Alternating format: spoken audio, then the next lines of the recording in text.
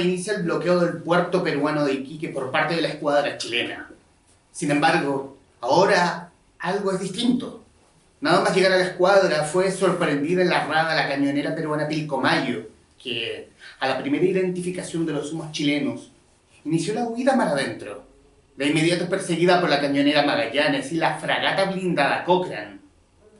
Para muchos marinos el blindado chileno es la primera acción de combate naval contra otra embarcación. Por lo tanto, el nerviosismo aumenta. El entusiasmo y el odio al enemigo son reemplazados por cierta cautela y precaución a la hora de enfrentar a un rival que ya es real y cuenta con poder de fuego.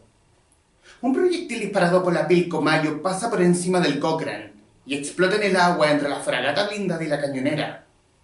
El penacho de agua alcanza casi los 5 metros y el estruendo del estallido, junto al retorno del agua, se cae sobre la cubierta. Se oye dentro de la sala de máquinas del blindado chileno. ¡Concha tu madre!, exclama el grumete Seferino Palma. Está paliando carbón a una caldera cumpliendo la orden de dar la máxima velocidad a la persecución. El grumete Rovira le palmotea la espalda para darle ánimos. ¡Vamos!, le dice.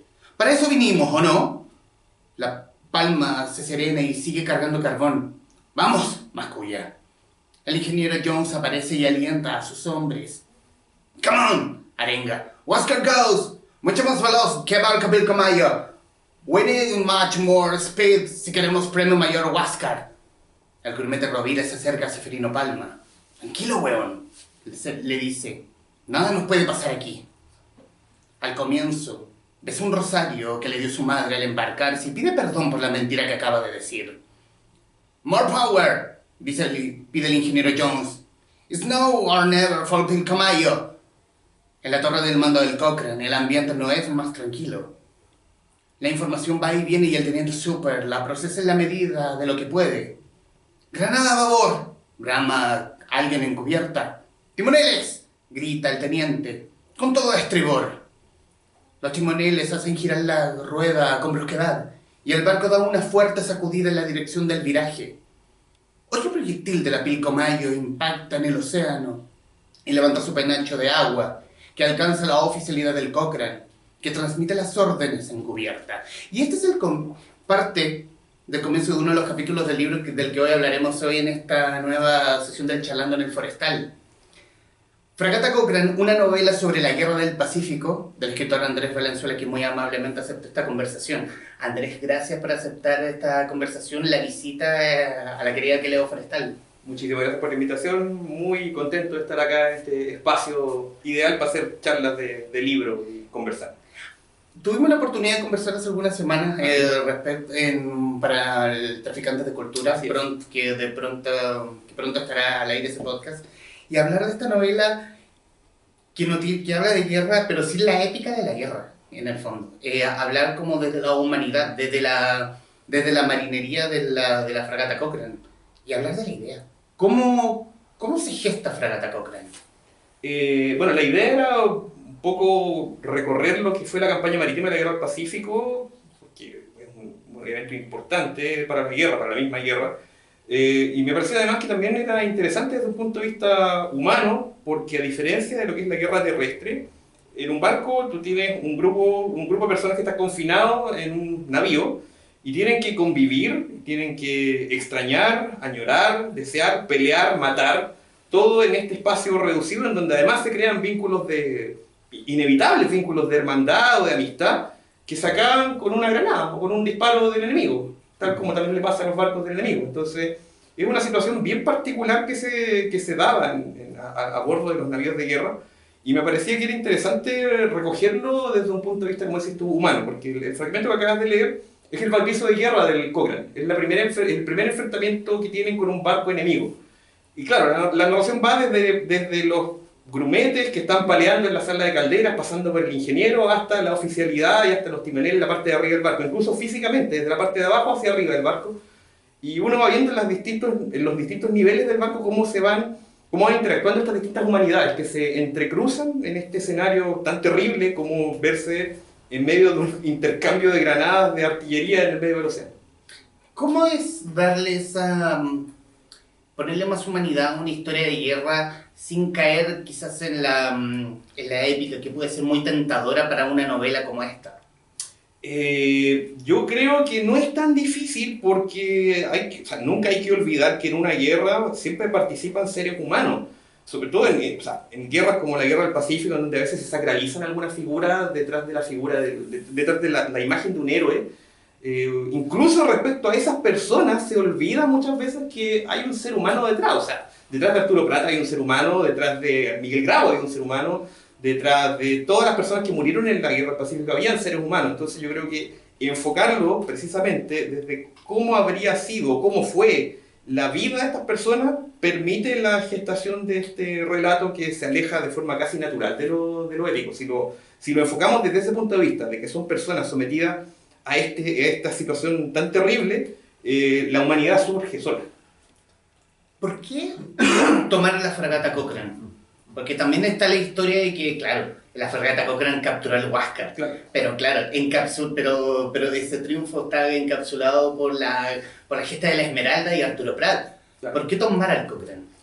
Mira, primero el Cochrane era uno de los dos blindados que tenía la escuadra chilena en la Guerra del Pacífico, o sea, una de las dos naves más importantes. Entonces ya desde ahí tiene cierta relevancia, si tú quieres, militar. O sea, pasaron cosas importantes en el Cochrane ya partiendo por eso. Segundo, no era la nave insignia era el Blanco Encalada, el otro blindado.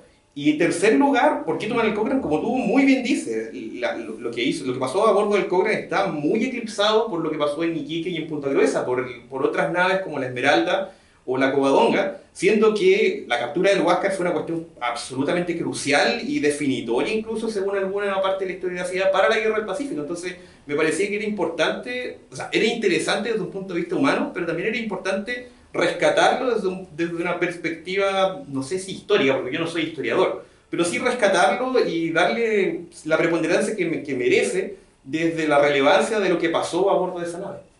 Tú tienes en Ediciones del Desierto, si no me equivoco, Sí, una trilogía respecto de la campaña terrestre. Sí, son las misiones secretas de la Guerra del Pacífico. Una trilogía, Pucará, Inti y Cusco, que son 3 libros que están como interconectados en operaciones terrestres. Y claro, y te decidiste cruzar la campaña terrestre e irte a la marítima. Porque ¿qué había en ello? Quizás ver lo que mencionas, ver esa cosa humana respecto de un grupo de hombres encerrados en un barco. En parte por ahí, claro. O sea, aparte de la relevancia histórica de los antecedentes, o sea, de los hechos que ocurrieron en la campaña marítima, que fueron muy importantes para la guerra en términos históricos, también estaba la diferencia de cómo ocurría o cómo era la guerra en tierra, precisamente por el estar embarcados, el estar confinados con este grupo humano que terminan siendo tus hermanos, aunque no lo quieras, incluso en muchos casos hasta la oficialidad recomendada que no pasara, porque de un día para otro tu hermano desaparece por un cañonazo o un disparo. Pero pasaba, no había forma de evitarlo, la humanidad siempre prevalece. Y eso marcaba una gran diferencia con lo que era el combate terrestre. Y claro, me parecía interesante adentrarme desde un punto de vista de la ficción en esto, porque era primero cambiar, salir un poco de la zona de confort de lo que habían sido estos otros 3 libros, pero además porque me parecía que era entretenido, interesante, atractivo y podía gestarse un relato que podía resultar bueno, digamos, o interesante, valga la redundancia.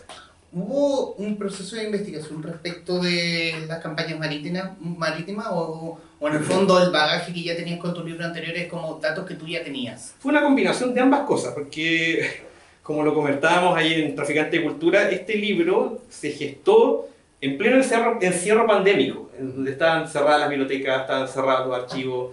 Entonces hubo que recurrir precisamente, o sea, tenía la idea de escribir el libro y para hacerlo hubo que recurrir a toda la investigación de los libros previos, pero además Internet salvó un poco la plata en buen chileno con, no sé, el repositorio del Archivo Histórico de la Armada, algunas monografías de historiadores navales, que permitieron darle como la verosimilitud a este relato. Así que sí, igual en todo lo que es esto de novela histórica uno siempre tiene que hacer una investigación y uno siempre aprende mucho, eso es lo entretenido.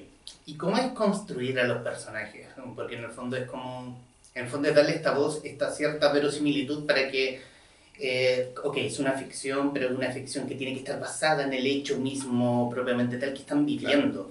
Para que en el fondo, para que no suene verosímil y no se escape a cosas raras, que suene raro, que venga un historiador en este momento y no empapele en groserías, no sé. A ver, claro, o sea, primero, antes que todo, esto es ficción. Es una ficción, por supuesto, basada en hechos históricos y por lo mismo está la investigación para darle esta verosimilitud, pero no deja de ser ficción. Eso nunca hay que perderlo de vista, porque, claro, si uno pretende la reconstrucción acabada hasta el más mínimo detalle de la historia, para eso yo creo que es mejor centrarse en las fuentes historiográficas, pero por razones dramáticas, para darle atractivo, para que una historia sea interesante para el lector, siempre hay que recurrir a alguna como decimos, algunas salidas de madre, no sé, algunos resquicios. Siempre hay que innovar un poco respecto a la historia propiamente tal.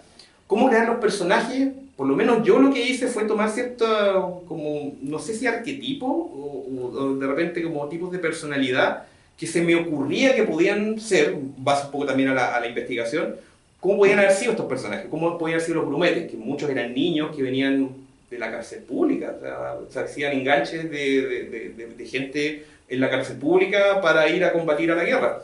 ¿Cómo podían ser los oficiales? Algunos podían haber venido desde la escuela naval, tener una tradición naval y tener, no sé, algo que probarle a su familia. Otros que podían haber venido desde otros lados, no sé, fuera de Valparaíso, fuera de Santiago, por ejemplo el caso de Alberto Rivera, que efectivamente es un personaje histórico y era chilote.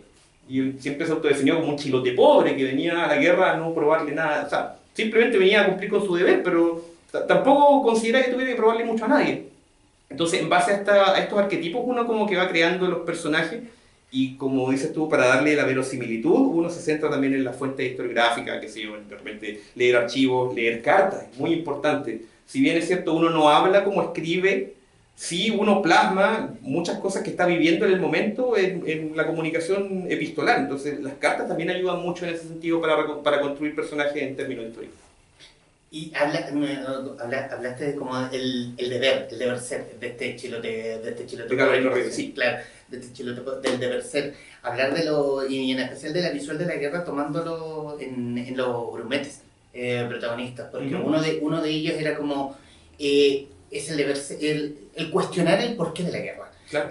Y también por el hecho de que él quería comenzar desde abajo como para ir escalando. Claro. Por el otro lado, el otro muchacho, que este niño de la calle, que estaba arrestado, que viene de la cárcel, que claro, le da como cierta razón, pero también es aquí como 3 veces al día, tengo ropa, tengo un techo, si hay que ir a la guerra, vamos. En el fondo es esa visual de, no es el deber ser, no es un chauvinismo porque sí, en el fondo es, mi lugar está acá, tengo cierta estabilidad, vamos. Claro, no, por supuesto, lo que te decía, Carolina Rivera es un oficial, digamos, él era capitán de navío cuando fue nombrado comodoro de la Armada, entonces es otra perspectiva, es otra visión, es otro personaje. Pero estos dos muchachos, como tú bien rescatas, claro, vienen de dos mundos muy distintos, pero llegan a donde mismo, a palear carbón a la sala de máquinas del Cochrane. Uno, que es Rovira, viene de una familia de su papá es oficial en la octava, que está peleando en la guerra, su mamá es una señora importante en Valparaíso, viene de una familia acomodada, una familia de tradición naval, y como tú bien dices, él quiere probarse a sí mismo, yo valgo, más allá de la sombra de mi padre, que es oficial de la Armada. El otro, el ceferino, que es el que viene de la cárcel, claro, como tú también dices, él ve comida, techo y una oportunidad, por terrible que suene, es un niño de ¿cuánto? 10 años, pero para él eso es una oportunidad la guerra, porque la vida no le ha entregado más, y así era en el siglo XIX, lamentablemente. Ahora uno puede imaginar, o a lo mejor no tanto, por desgracia, niños de 10 años que están presos y la única oportunidad que tienen en la vida, o que ven en la vida, es ir a pelear a la guerra. Entonces eso pasaba en el siglo XIX. Entonces estos dos personajes que vienen de mundos muy distintos, aterrizan donde mismo ahí a palear carbón, y claro, al principio Rovira, que es el que viene este entorno más acomodado, ve un poco esto del deber, pero también siempre muy crítico, y bueno, Ceferino es crítico porque la vida le enseñó a ser crítico, y por ahí uno mete un poco la visión, un poco más también de desglorificar la guerra, de que en el fondo esto es una carnicería y que aquí nadie gana, y que incluso si un niño, o sea, pensémoslo, si un niño de 10 años ve en la guerra una oportunidad, es que es algo realmente horrible. Es como también la visual de la oficialidad del Cochrane. En el fondo, la oficialidad también combatió de la mano con quien hoy es tu enemigo, cuando tu enemigo real era España. O sea, una guerra de hace 50, 30 años atrás. 10 años. 10 años.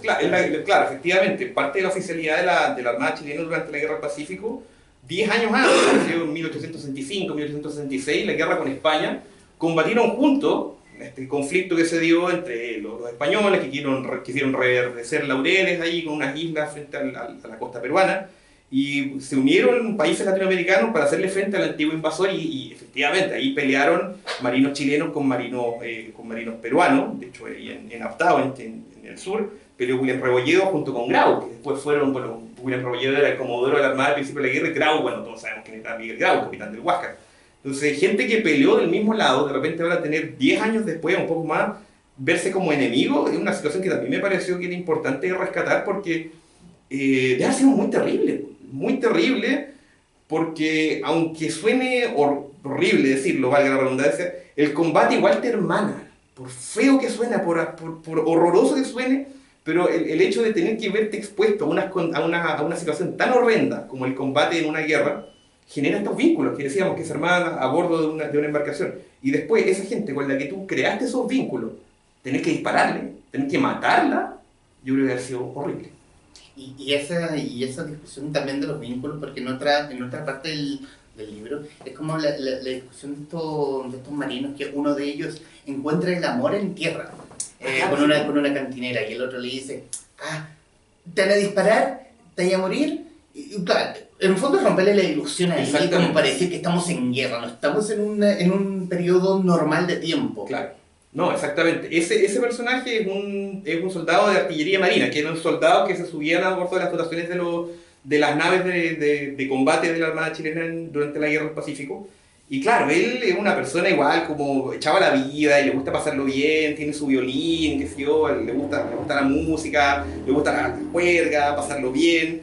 Y conoce, como tú bien dices, a una cantinera en Antofagasta. Y se enamora, claro. Entonces después anda como cuando uno se enamora, que sigo viendo con mariposas en la guata, pasándolo, teniendo ensoñaciones, y claro, uno de los artilleros, cuando están conversando, le dice exactamente lo que dices tú, o sea, ya, pero pelotudo, no le dicen esos términos, se le dicen términos más feos, pero es como, ya, pero estamos en guerra. No, pero no importa, por último, si me matan a mi cantinero, no importa. Y ahí el otro le dice, ya, pero, ¿y si te matan a vos, tonto weón? Y ahí le hace clic, porque nunca lo había pensado. O sea, claro, yo le había pensado, me pueden matar a mí, yo puedo terminar en el fondo del mar, reventado por una granada, pero nunca se puso en el supuesto de que a él le faltara su cantinera, a él le faltaba la mujer con la que se había enamorado.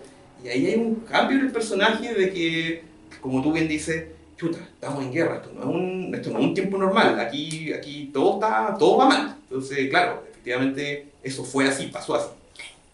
Y basado en tu propia investigación, también tenés una oficialidad que es muy crítica de cómo se está, de las medidas que se están tomando respecto de la oficialidad y de las órdenes que están dando desde la moneda. ¿Qué tanto está fiel, o sea, qué tanto está tomado desde la misma historia y obviamente el ejercicio del escritor?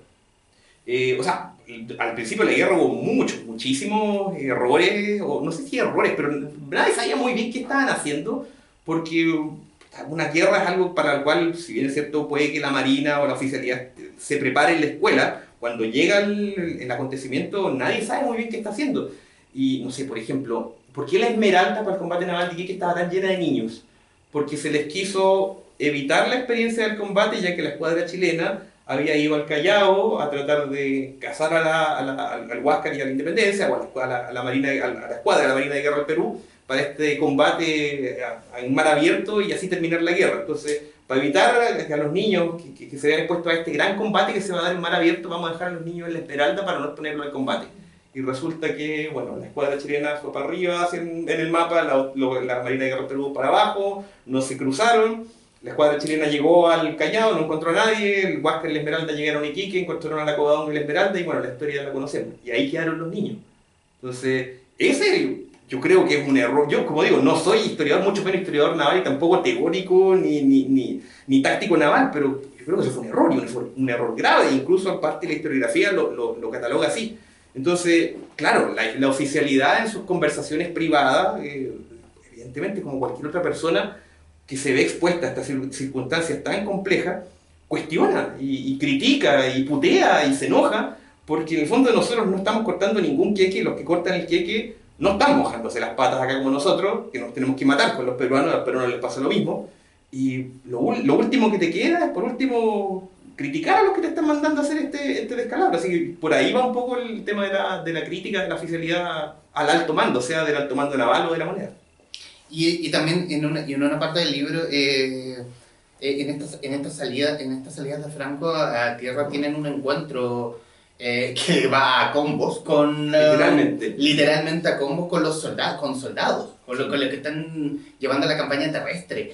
Y también es como tengo que pelearme contigo porque el tipo de la moneda no lo tengo al frente, en el fondo. No, por supuesto. Ahí también en esa escena del libro se ve como mucho la tensión que había acumulada en un periodo en donde todavía, de haber sido más o menos como mediados de 1869, todavía no se desataban los combates. Porque, claro, como tú bien dices, llega el Cochrane, parece Antofagasta, ¿verdad? Y claro, le dan permiso a la tripulación baja, que se llevó a carretear, básicamente, si eso era. Y en un bar se encuentran con gente del primero de línea, del WIN, primero de línea.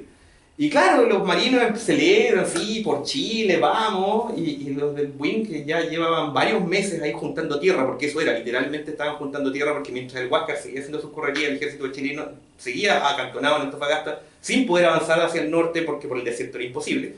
Claro, los soldados le dicen, ya, ¿qué estamos celebrando? Nosotros estamos aquí perdiendo el tiempo. Uno dice, a mi hermano me lo mataron en Calama, que había sido hasta ese momento la única acción bélica que había ocurrido en la guerra, que eso fue en principio de marzo, o en marzo de 1869, esto había sido un par de meses después. Entonces, todo ese estrés acumulado, por alguna parte tenía que salir. Claro, se arma esta pelea de bar, como casi de western, que sale un cabro chico volando por la ventana, porque, claro, en el fondo, tanto la tripulación del Cochrane o de los navíos, como los soldados que estaban ahí acumulándose en Antofagasta, en algún momento de tanto tiempo de inactividad, claro, vienen las dudas y los cuestionamientos de qué estamos haciendo aquí. Primero, ¿por qué estamos en esta guerra? ¿Y por qué no avanzamos? ¿Por qué sigue llegando contingente y seguimos aquí en Antofagasta y nadie hace nada y van pasando las semanas y los meses? ¿Por qué no pillan al Huáscar y bla, ¿Por qué no pillan al Huáscar? Y claro, nuevamente, es como una cuestión muy humana de que si estáis expuestos a estas circunstancias tan terribles, por último que los que manden sean un poco más competentes. Eso es lo que yo me imagino que pensaban en su momento, tanto soldados como marineros o oficiales embarcados, y por eso también se dan estas peleas o estas riñas o estos roces, porque de alguna forma tenía que escapar la tensión acumulada de tantas semanas de inactividad en una constante tensión que lo que es una guerra. ¿Y cómo eran, y en ese sentido, porque estaban estos errores propios de la guerra, la tensión de no poder pillar al Huáscar? Donde se veía, o por lo menos mirándolo desde acá, de que al menos la marinería peruana lo estaba haciendo bien.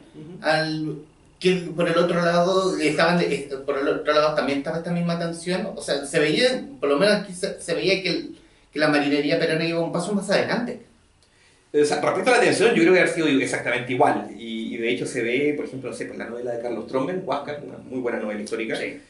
Uno puede ver también que es un relato que está visto también obviamente desde el lado chileno, pero también te muestran la cotidianidad del Huáscar y efectivamente, o sea, la tensión constante de todo navío de guerra en ese momento histórico del siglo XIX. Hay que pensar que en ese tiempo no había ningún tipo de radionavegación, de radar, de nada, ninguna de las cosas que tenemos ahora.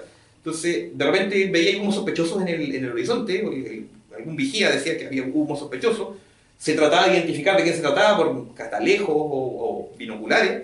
Si se lograba identificar al enemigo, zafarrancho de combate y a pelear, y en 15 minutos podía estar muerto. Entonces, la tensión era de haber sido igual. Yo creo que cualquier tipo de navío de guerra involucrado en esta época debe haber sido igual. Y probablemente ahora también debe ser igual. ¿Sí? Yo creo que las circunstancias bélicas, las circunstancias de una guerra siempre son desgastantes. Y respecto a si iban un paso más adelante, no sé si iban un paso más adelante porque el Huáscar también tenía hartos problemas de abastecimiento, no le pagaban a su gente, no le entregaban uniformes, me refiero al alto mando de la Marina de Guerra del Perú, o la clase política peruana, la otra cara de la moneda. No le entregaban lo que necesitaba. Por un lado le pedían a Miguel Grau y a su Huáscar que cumpliera con los objetivos militares, y por otro lado no le pagaban los sueldos de la tripulación, no le entregaban lo que necesitaba para cumplir esta tarea. Entonces era un poco la otra cara de la misma moneda. Decisiones incompetentes a muchas veces de gente que no entendía mucho, o no sabía mucho, nunca había estado arriba de un navío de combate, y gente que tenía que cumplir esas órdenes con lo que tenía a mano. Entonces, pero evidentemente, o sea, durante lo que se conoce como las corridas del Huáscar, esos meses en donde el Huáscar anduvo por el Pacífico haciendo y deshaciendo, cortando el cable del teléfono, vandalizando puertos, claramente gracias a la capacidad de Miguel Grau, el Huáscar tuvo un paso adelante en la Armada durante un buen tiempo hasta Angamos, donde fue finalmente capturado. ¿Tuviste en tu investigación que ver mapas del tamaño de cómo era la fragata Cochrane? O sea, es decir, uno le imagina como un portaaviones hoy, pero se eran más pequeñitos, De hecho, pero muy poderosos. siempre pasa que cuando nos cuentan el combate naval de Iquique en el colegio, se habla de que, claro, la Esmeralda, que era una cáscara, es decir, un barco muy pequeñito de madera que ni siquiera se movía, y eso es así, eso fue así. Pero del otro lado se hablaba que el Huáscar era un coloso gigante de fierro, y sí, era un barco acorazado, pero no era un coloso, ni mucho menos, y la gente va después a Talcahuano, ve al Huáscar y dice, pucha, pero es chiquitito. Los barcos en general en esa época eran chicos, no eran tan grandes. La fragata Cochrane y el Blanco por el lado chileno y la Independencia, que era otra fragata blindada por el lado peruano, eran un poco más grandes. Pero tampoco eran tanto más grandes, no eran como como un portaaviones de ahora, no eran cuestiones tan grandes. Diagramas del Cochrane, como te decía, mientras fue esto del encierro pandémico, ahí estuve buscando en internet y encontré algunos diagramas y algunas fotos que son, yo creo, un testimonio súper importante de cómo era la vida a bordo. Sobre todo hay una foto que es como muy recurrente, que muestran la casamata de los cañones, que eran como, el Cochrane tenía dos casamatas, una de estribor, la otra a babor, donde estaban las tres grandes piezas de artillería. Claro, una cuestión como de 2 metros de alto, pero una cuestión estrechísima, y como cada pieza creo que necesita 3 marineros para operar, porque más estaban en unas cureñas que se movían con unos rieles que le permitían a los 3 cañones cubrir todo el espectro de tiro. Pero había que estar todo muy coordinado, y yo creo que si estos rieles te pasan por arriba un brazo te lo cortan. Entonces era una cuestión bien claustrofóbica y bien compleja de manejar, sobre todo imagínate con el vaivén de la navegación y durante un combate, debe haber sido bien complejo. Así que sí, los barcos no eran tan grandes, pero aún así, o sea, en general era un navío de combate, el espacio nunca sobra, entonces siempre era una cuestión bien confinada. ¿Y qué sensación te deja? El libro está recién estrenado, tuvo un preestreno en el Festival Penguin en Providencia. ¿Cómo ha sido la recepción? Redes sociales, quienes han leído el libro. Ha sido bien grata, la verdad, porque también han llegado mensajes de distintos lugares, partes, no tanto geográficos, pero sí de instancias que nunca me imaginé, porque de repente escribe gente y va a decir, oye, sí, ¿sabes qué? Me gustó mucho el libro, lo pasé muy bien. Otros dicen, oye, sí, es súper rápido de leer, súper entretenido. Y no sé, de repente también un historiador naval también me contactó, me dijo, mira, sí, está muy bueno, hay algunos detalles, que evidentemente, como digo, yo no soy historiador y siempre estoy abierto a las críticas y a los comentarios, porque a uno siempre se le puede escapar algo. Pero en general ha sido una recepción súper buena. Algunas personas que leyeron la saga anterior también están leyendo este libro, entonces ha sido, eso sobre todo es bien reconfortante para uno, porque la novela histórica igual es demandante en términos de que hay que investigar, de que hay que buscar, hay que reconstruir un periodo de hace 150 años atrás que uno no vivió. A mí yo no busco reconstruirlo así al detalle, pero aún así uno tiene que dar una ambientación creíble, porque si no se nota que el resultado no sería bueno.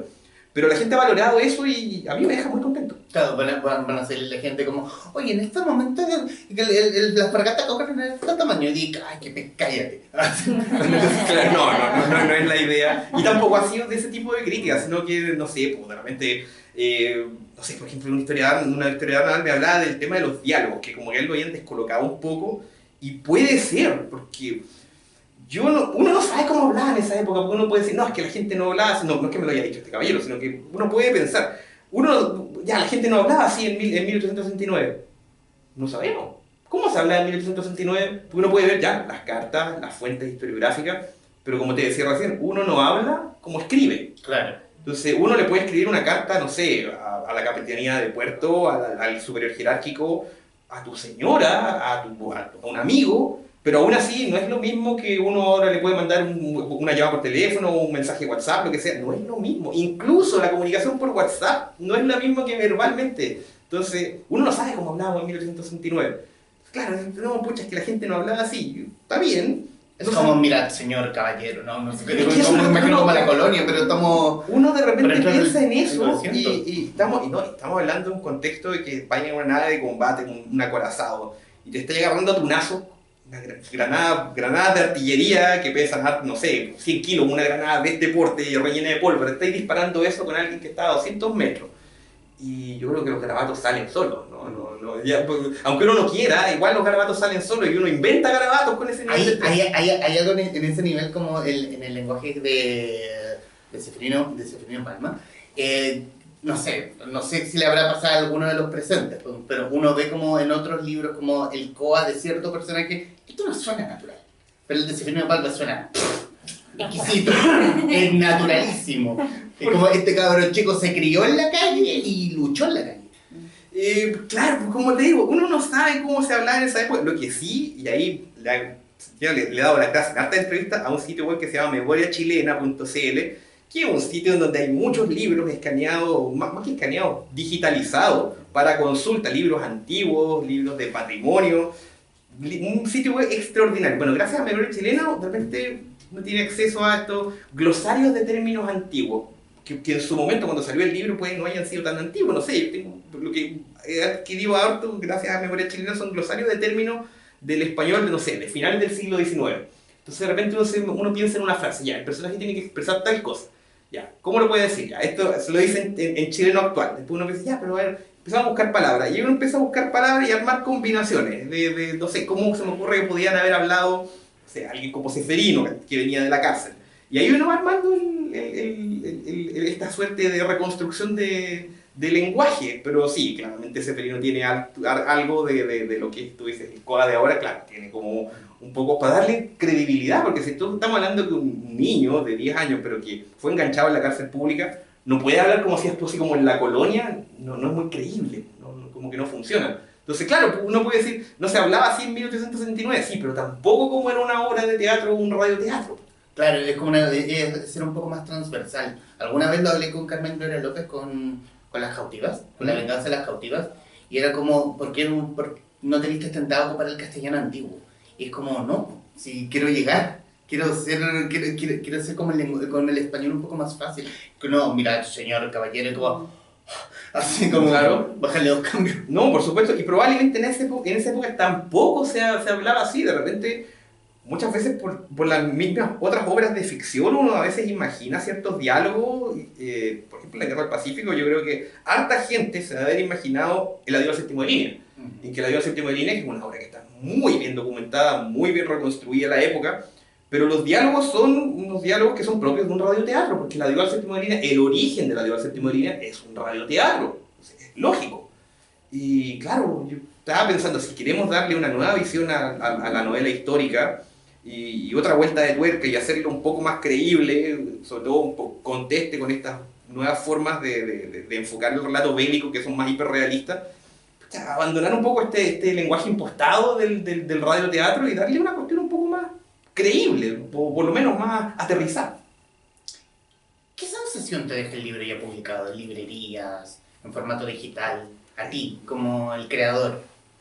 Bueno, sí, como cuando sale cualquier libro de uno, yo creo que primero satisfacción y alivio, así como ya terminamos el libro, le gustó a un editor, alguien lo publicó, ya, bien. Y después empieza a andar con la gente, con el público, y ya el público empieza la respuesta, a veces lento, a veces un poco más rápido, ya, bien, le gustó a la gente. Y ahí, bueno, de a poco va como desbloqueando logros, como se dice ahora. Primero ya, se publicó. Después, como ya, le gustó, ya pasó tal número de ediciones de ejemplares vendidos. Después ya, una crítica, ya, bien, buena crítica, o mala crítica. Y así, por lo menos yo lo veo así, como ir quemando etapas. Hasta ahora ha sido todo bien, hasta ahora ha sido todo bastante grato, ha tenido buena recepción, buenas ventas en general, aparte de la editorial en términos de mover el libro, ya sea no sé, en actividades de librería, colocarlo en librería, difusión, así un 7. Así que, no, por ahora muy contento y muy, hasta ahora, tranquilo. ¿Y qué hay en el futuro? ¿Hay algo que se esté cocinando posterior a...? Sí, hay algunas cositas por ahí que se puede adelantar, al menos temáticamente hablando, la presencia de la mujer en la Guerra del Pacífico. Que es un tema que está... O sea, no es que se haya empezado a escribir hace... ¿Toma la historia de las cantineras? En parte sí, pero no solamente las cantineras, porque las cantineras no fueron las únicas mujeres que participaron en la Guerra del Pacífico. O sea, en la guerra participaron muchas mujeres, desde las cantineras, que eran ciertas mujeres que eran autorizadas por el Estado y por el ejército para integrar ciertos batallones, o sea, uniformes, pero eran 2 por batallón, no más que eso. Pero hubo muchas más mujeres en la guerra del Pacífico. O sea, desde las prostitutas, las señoras que vendían vianda, las remenderas, gente que arreglaba la ropa, todo lo que se llaman los cucalones, que eran como los civiles, que iban como atrás del ejército mientras iba avanzando, que iban prestando ciertos servicios, vendían cosas. Las espías. Y eso está incluso en el mismo Dios del Séptimo de Línea. La protagonista de la Dios del Séptimo de Línea, Leonora La Torre, era una espía del servicio secreto chileno, que utilizando distintas armas, incluso su propia sensualidad, con el pobre Juan Buendía, que es un personaje histórico, un general del ejército peruano, que queda muy mal parado, lamentablemente, en la Dios del Séptimo de Línea, porque Leonora La Torre lo trata como un pelele y le saca secretos militares hasta el desenlace en Lima. Las espías también eran una presencia muy importante de la mujer en la guerra, y así, distintas participaciones de la mujer, yo creo que es una cosa interesante de reconstruir en una novela histórica también. Por ahí va lo que se puede adelantar. Y ya para cerrar esta conversación, ¿por qué, para quienes van a ver el canal de Queleo Forestal, ¿por qué Fragata Cochrane? ¿Por qué el título? ¿Por qué a ti, lector, que estás viendo esto, que a lo mejor te entusiasmaste, ¿por qué Fragata Cochrane? Versus la cantidad de libros que hay arriba. ¿Por qué? Perdón, no te quise espantar con la cantidad de libros que hay arriba. No me la sé, perdón. Porque es una novela histórica que creo que es entretenida, creo que además le da una vuelta de tuerca a lo que ha sido la novela histórica acá en Chile, recrea un episodio importante de la historia chilena, que es la Guerra del Pacífico, desde una perspectiva mucho más humana, y creo que es un relato ágil y entretenido. Bueno, ¿qué más poder agregar? Relato ágil, entretenidísimo, el lado más humano de la guerra, fuera de los chauvinismos, patriotismo y todas esas huevadas que adornan la guerra.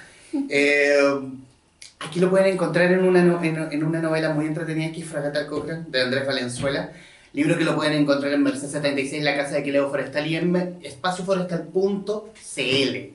¿Qué más poder agregar, Andrés Valenzuela? Qué gusto poder conversar en vivo. Muchísimas gracias. Después de nuestra encuentro virtual. Muchas gracias. Gracias. A quienes están viendo y escuchando, gracias por estar ahí. Y a los presentes, gracias. Adiós.